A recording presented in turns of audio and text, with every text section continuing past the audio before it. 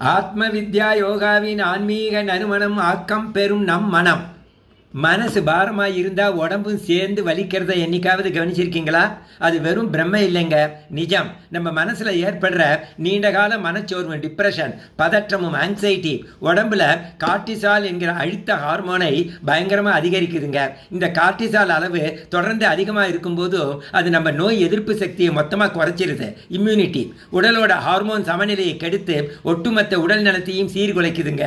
இதில் கொடுமை என்னன்னா, இது பெரும்பாலும் முதல்ல பாதிக்கிறது நம்ம இதயத்தை தான்.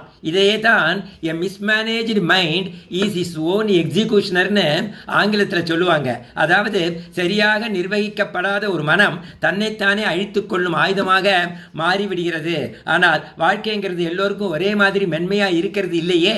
துயரங்கள், இழப்புகள், நோய், முதுமை, தனிமை, பெருத்த ஏமாற்றங்கள், எதிர்பாராத அதிர்ச்சிகள், அப்புறம் மரண பயம், இதையெல்லாம் இங்கே இருக்கிற ஒவ்வொருத்தரும் ஏதோ ஒரு கட்டத்தில் சந்திக்க தான் நேரிடுது. இதை யாராலும் முழுசாக தவிர்க்க முடியாது.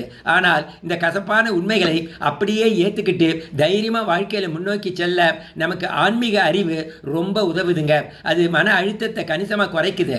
இந்த மன அமைதிக்கான ஆக சிறந்த வழிதான் தியானம், மெடிடேஷன். தியானம் நமக்கு ஒரு தெளிவை தருது. சூழலுக்கு ஏற்ற மாதிரி நம்மளை மாற்றிக்கொள்ள உதவுது. வாழ்க்கையோட சவால்களை ரொம்ப சுலபமாக எதிர்கொள்கிற மன வலிமையை நமக்கு கொடுக்குது.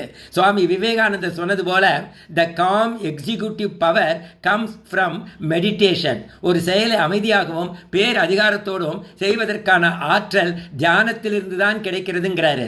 அதனால மெடிடேட், டூ நாட் அஜிடேட் என்பதை ஞாபகத்தில் வைத்துக் கொள்ளலாம். தியானியுங்கள், பதற்றப்படாதீர்கள், ஆழ்ந்த மூச்சை இழுத்து விடுங்க, உங்க மன அமைதியை பாதுகாத்துக்கங்க. அதுவே உங்க இதயத்தை காக்கும். அதுவே உங்கள் மனதை எப்பொழுதும் அமைதியாக வைத்துக்கொள்ளும். உங்களுடைய ஆற்றலை பெருக்கும். இறைவா நன்றி.